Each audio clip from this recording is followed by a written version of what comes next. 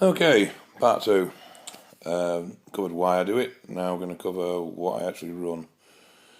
Started training, as I said earlier, 15, 16 years old. Stayed natural till I was 19, and I was a staunch natural. No drugs whatsoever. Didn't drink, didn't smoke. Felt that drugs were cheating, and stayed that way. Made the mistake of thinking that weight gain was size, and ended up at a very fat 23.5 stone. Strong, but fat. Decided I wanted to compete, and I started dieting on Easter Bank Holiday Tuesday because I wanted to eat my Easter eggs on the Monday. And I stepped on stage at October the 14th at 14 stone 3. And then after that, I was pretty much burnt out, to be honest. Didn't train for 3 months. Went back to the gym at about 19 stone a chub and made the plunge. Decided that was it. There wasn't really much to do as a natural then. There wasn't really anywhere to go with it.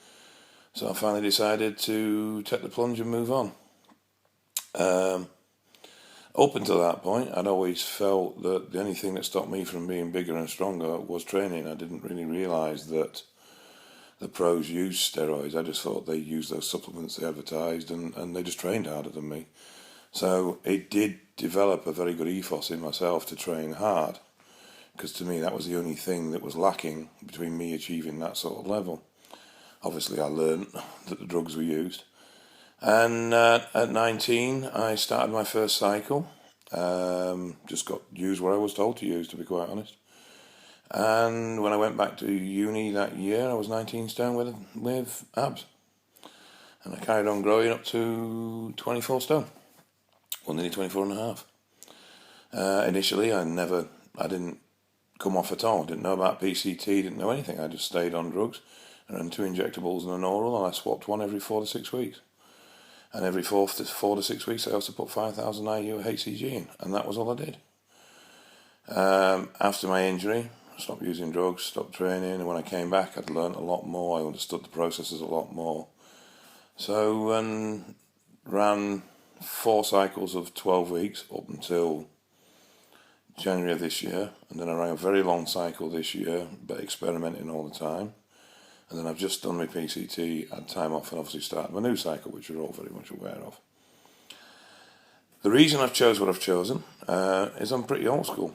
Keep it simple. I don't see the point in these big fancy protocols, and to be honest, I don't think there's much merit in them. For 99% of the people that will be watching this video, they'd be a lot better getting their training and diet right and training hard than they would messing around with peptide this and fancy timings of this and fancy timings of that. You know, top end makes a difference. When you've done everything else, then there is a difference in it. But for most of us, we just do better training a bit harder. And also, you know, decades of bodybuilders can't be wrong. Deca is a massive bulking drug. It's a great size drug. It's fairly mild on the kidneys. Sorry, on the liver. Pardon me. It's not a lot of liver stress, not a lot of DHT. And, alright, there is the Deca dick issue, but if you're running tests, then I've never found that a problem. And obviously you've got the added advantage of the new tendon growth and the collagen synthesis improvement. So that's why the Deca's in there. Now normally I would say Deca and Sus, but I'm so sensitive to prop injections and the swellings I get that it's a lot easier for me to run test length. Plus I like the stability there, the fact that it's all slow acting, it's all very stable, it's all very simple. And then growth. And the main reason, obviously a bit of Proviron. I like the libido effect with the Proviron. Aromacin to control my estrogen as an AI and my water retention. And old school oxys.